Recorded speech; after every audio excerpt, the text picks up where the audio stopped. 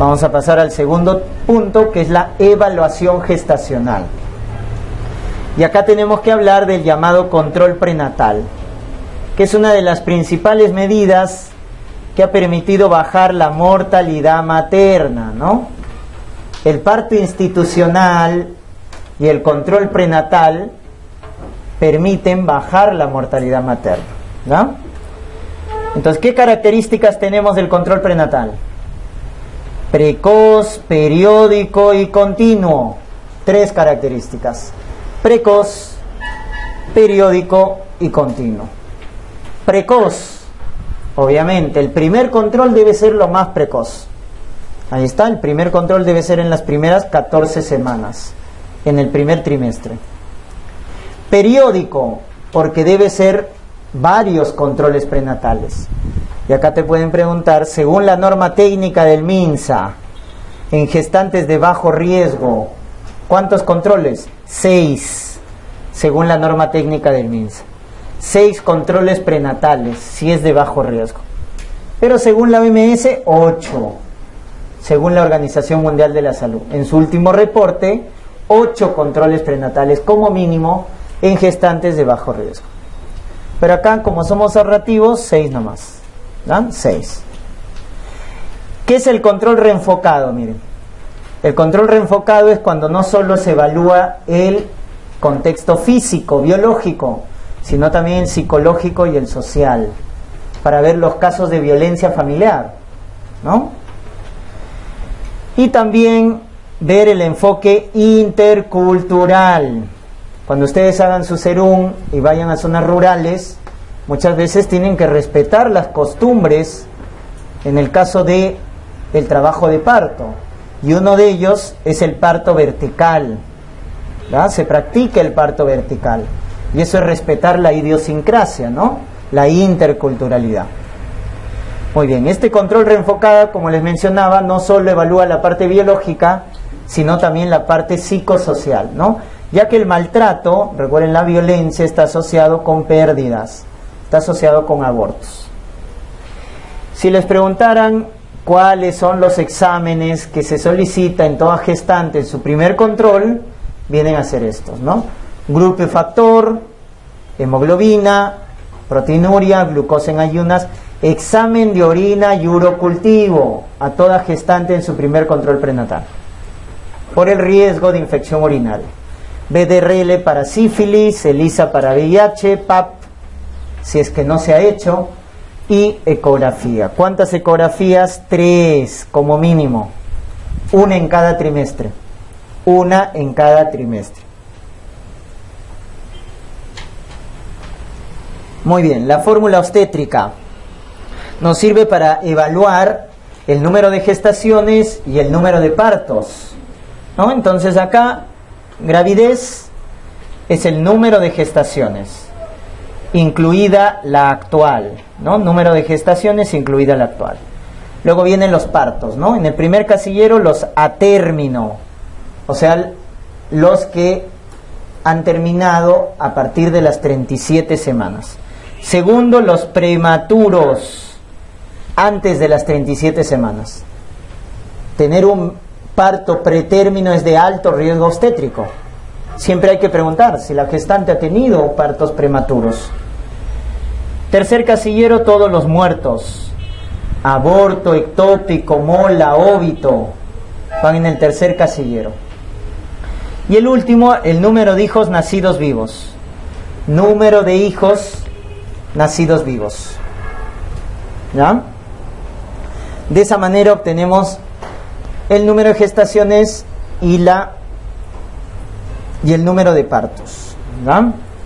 Si me dicen que es una gestación doble, ¿cuántas gestaciones cuento? ¿1 o 2? 1. ¿Y cuántos partos? 2. Si te dicen que la gestación doble sin complicaciones, quieren decir que ha sido a término. Pero si te dice con complicaciones, quiere decir que ha sido prematuros. ¿Ya? Pueden ser a términos o prematuros, dependiendo si te dicen con o sin complicación. ¿Ya? Acuérdate, en el embarazo doble es 1 gesta y 2 partos. ¿ya? 2 partos. La fecha de última menstruación es el primer día de la última menstruación. Primer día de la última menstruación. Esta fecha de última regla es muy importante porque nos permite calcular la edad gestacional, cuando a veces no tenemos ecografía. ¿Qué pasa si no tienes ecografía?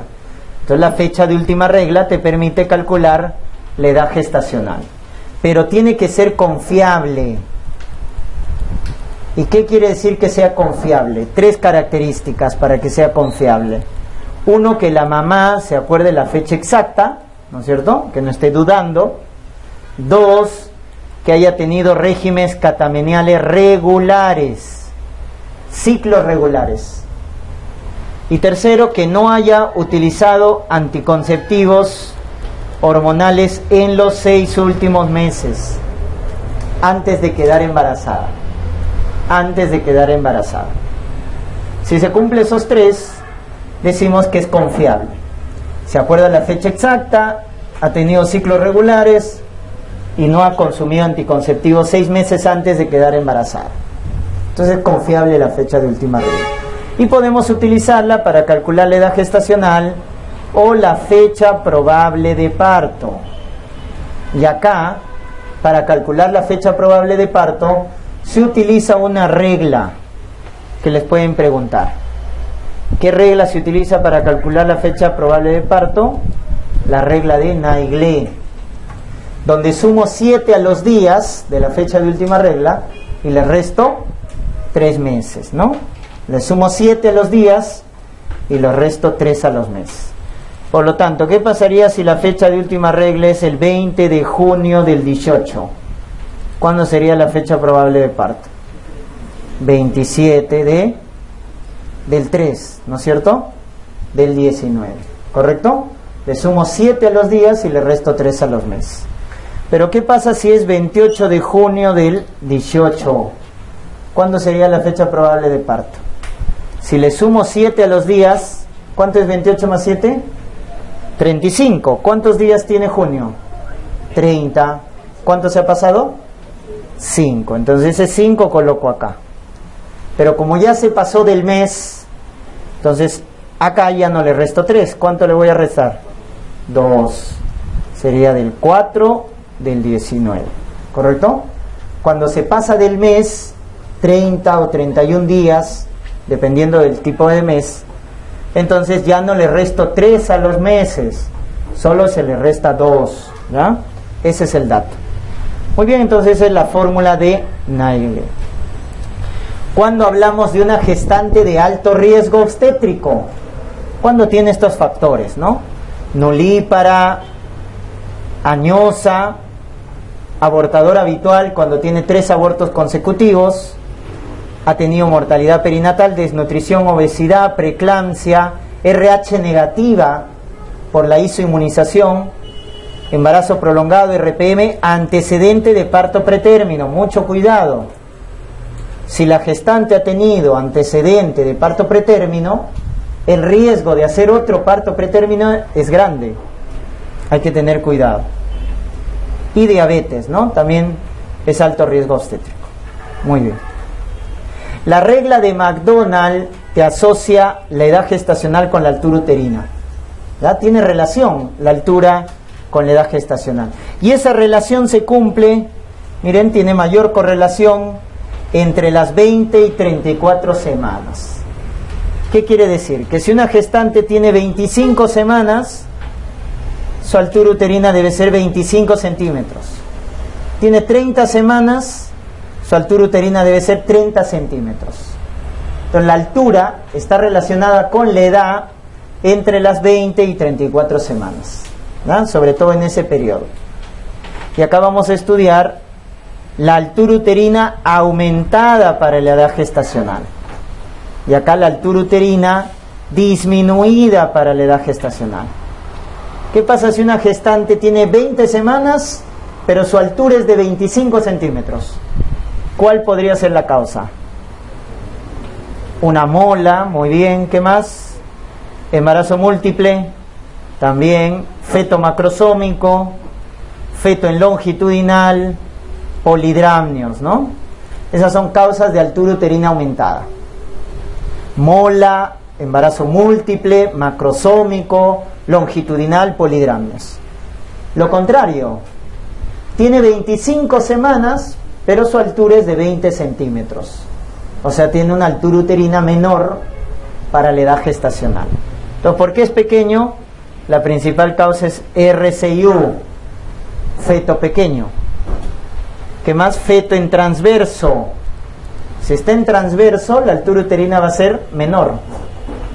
Oligohidramnios, óbito fetal, ¿no? RCIU, feto en transverso, oligohidramnios, óbito, ¿no? Van a ser las causas de altura uterina disminuida. Ya está. Exploración abdominal. La actitud del feto. La actitud o estática del feto, siempre recuerden, es flexión. El feto siempre va a estar flexionado. Cabeza, brazos, piernas. Y acá evaluamos 3 parámetros, ¿no? Situación, presentación y posición. El famoso SPP, ¿no es cierto? Que van a evaluar en una gestante a término. Situación, presentación, posición. Donde el 99%, ¿qué actitud tiene? ¿Cuál es el SPP más frecuente, chicos? LCI. LCI.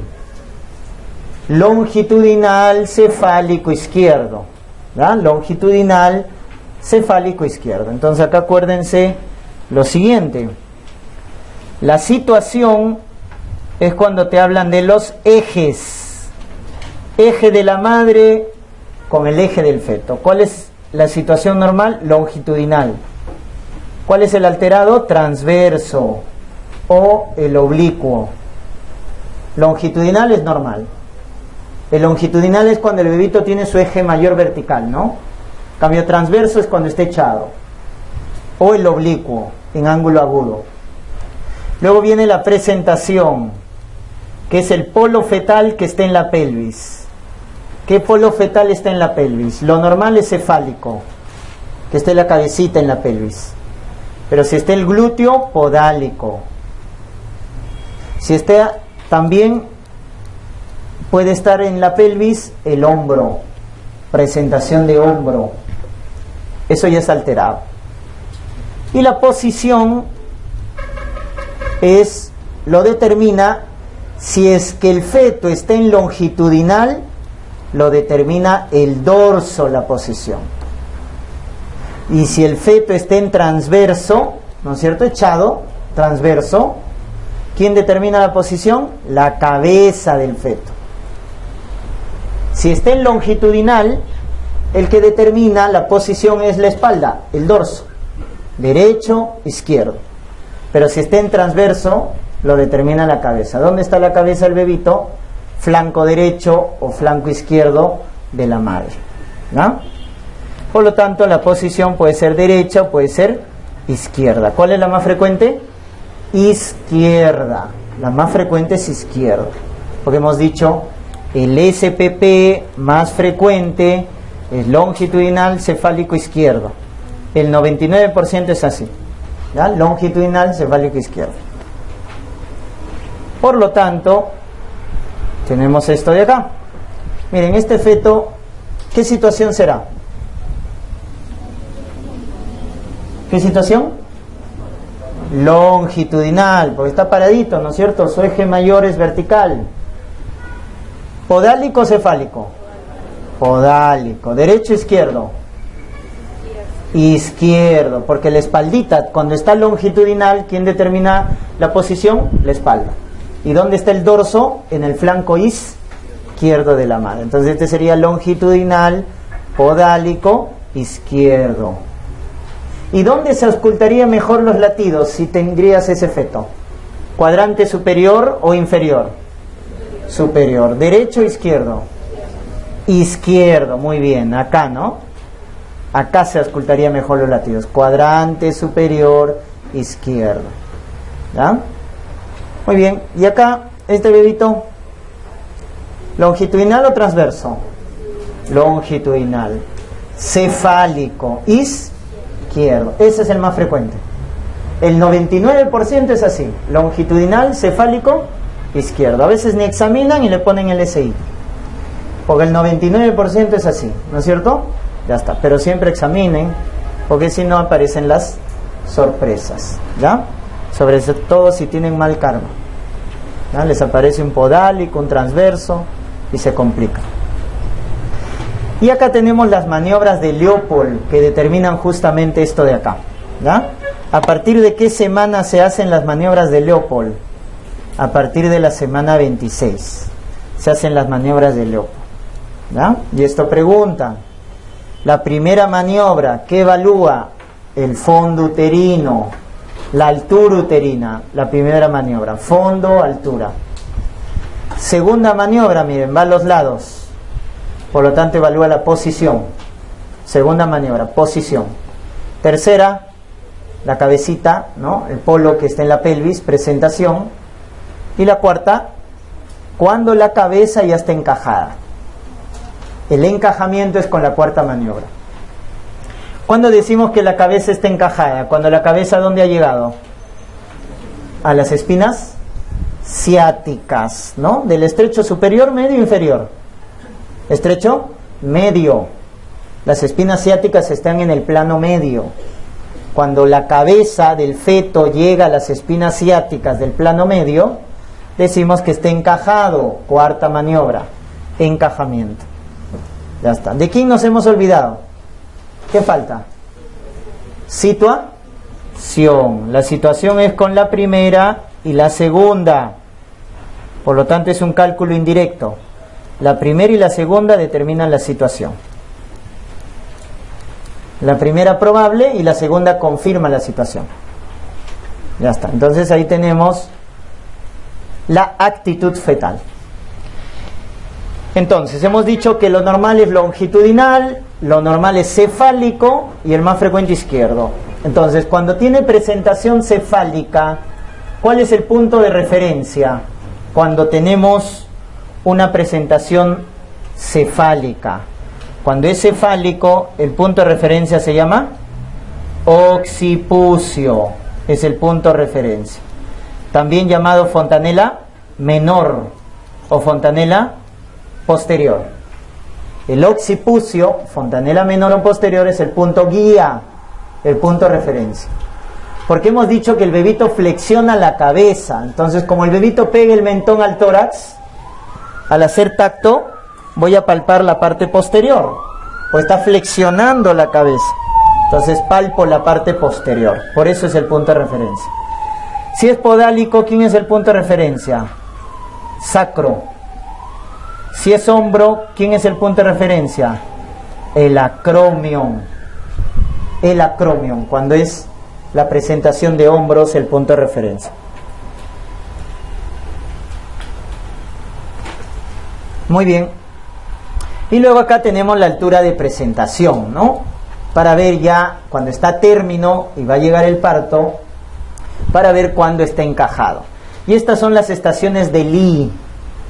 Entonces, según las estaciones de Lee, ¿cuál es nuestro punto de referencia? Las espinas ciáticas, miren, del plano medio. Cuando la cabecita del bebito llega a las espinas ciáticas, ¿qué estación de Lee es? 0. Muy bien, 0. Cuando llega a las espinas ciáticas. Entonces ahí diremos que está encajado. Estación 0 de Lee. Porque estación 0 es que ha llegado a las espinas ciáticas. Si está por arriba, es signo negativo. -1, -2, -3, -4. -1, cabeza fija. -2, insinuada.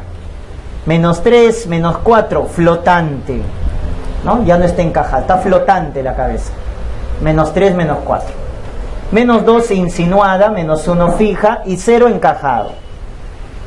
Esas son las estaciones de Lee. Pero también tenemos los planos de Hodge. Según los planos de Hodge, ¿cuándo está encajado? ¿Cuándo llega a las espinas ciáticas?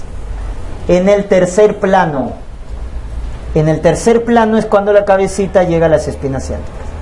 Porque miren por dónde pasa el primer plano. El primer plano pasa por encima de pubis. Segundo plano debajo de la sínfisis púbica. Y tercer plano es por donde pasa las espinas ciáticas. Las espinas ciáticas, tercer plano. Por lo tanto, cuando te digan ¿qué es encajado? Cuando la cabeza llega a las espinas ciáticas, ¿no? Según las estaciones de Lee, estación 0. Y según los planos de Hodge, tercer plano de Hodge. Eso es estar encajado, ¿no? ¿Y cuál era nuestro punto de referencia cuando es cefálico? El occipucio o fontanela menor. Entonces tú ves acá, la cabecita del bebito, te pueden poner un gráfico y te pueden preguntar, calcule la variedad de posición. Y la variedad de posición se calcula con respecto al punto de referencia.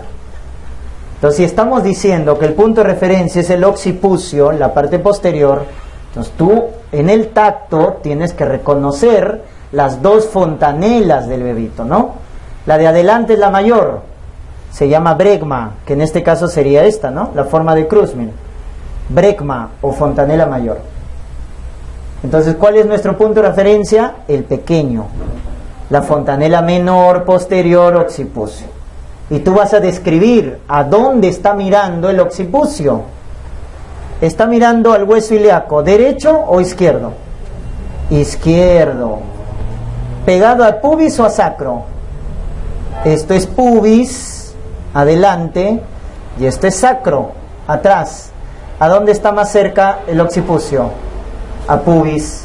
Por lo tanto es occipito ilíaco izquierdo, porque está mirando al hueso ilíaco izquierdo, anterior, porque está mirando a pubis.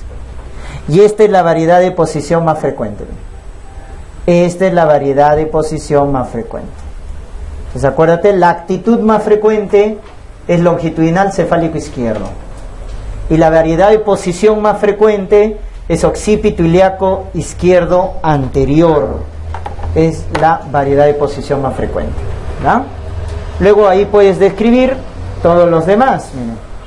Acá está el derecho anterior, acá está el izquierdo posterior, miren acá está hacia atrás, pegado al sacro, derecho posterior, o en el plano transverso, ¿no? Miren el transverso izquierdo, transverso derecho. Entonces ustedes tienen que ver el punto de referencia, y el punto de referencia es la fontanela menor, posterior, o el occipucio, ¿no? También llamado. Con eso calculan la variedad de posición. ¿Cómo se llama este diámetro que se está calculando acá en el examen físico? ¿Cómo se llama? ¿Conjugado diagonal o obstétrico? ¿Cuál? Diagonal. Muy bien. Lo que están viendo en el gráfico es el conjugado diagonal. Porque está yendo, miren, ¿de dónde a dónde? Debajo de pubis hasta el promontorio, que es la primera vértebra sacra. Esto se llama conjugado diagonal. ¿Cuánto mide el conjugado diagonal de la parte superior normal? 12 centímetros. Pero no es el más importante. ¿Cuál es el más importante? El obstétrico. ¿Y cómo calculo el obstétrico? Restando, ¿no es cierto? 1.5. Perfecto. Eso nunca te puedes olvidar, ¿no? Concepto básico. Entonces, cuando te pregunten los diámetros del estrecho superior, ¿cuál es el que mides en el examen clínico? El conjugado diagonal, que está acá de color verde, miren. Va debajo de pubis a promontorio. Por eso se llama promonto subpúbico o conjugado diagonal. 12 centímetros. Es el que mides en el examen físico. Pero el más importante es el que resulta de este, que es el obstétrico o verdadero, o promonto retropúbico, que es el de color azul, miren, porque está detrás de pubis. Por eso no se calcula directamente, ¿no? No nos vamos a meter detrás de la pubis. Entonces, ¿cuánto mide? 10.5. Entonces, ¿cómo resulta el conjugado obstétrico? Al medir el diagonal, le resto 1.5 centímetros. 1.5. Ese es en el plano superior. ¿Y cuál es el diámetro limitante en el plano medio? El de las espinas ciáticas, llamado diámetro biciático o interespinoso, porque es de las espinas ciáticas. que mide 10 centímetros. Por eso cuando grafican, ¿no es cierto?, la pelvis, la parte superior es más ancha, luego la parte media más angosta y la parte inferior más ancha, ¿no? De esa forma tiene. Pues miren, este es el más limitante, el biciático, ¿no? Por eso es importante que la cabeza se encaje a nivel de las espinas ciáticas, 10 centímetros. Y en el plano inferior, ¿quién es el diámetro? El biisquiático, 11 centímetros. El de las tuberosidades isquiáticas, por eso también se llama intertuberoso. Intertuberoso. Entonces tenemos 3 planos: arriba, conjugado diagonal obstétrico, al medio biciático y abajo el biisquiático, ¿verdad? Y abajo el biisquiático.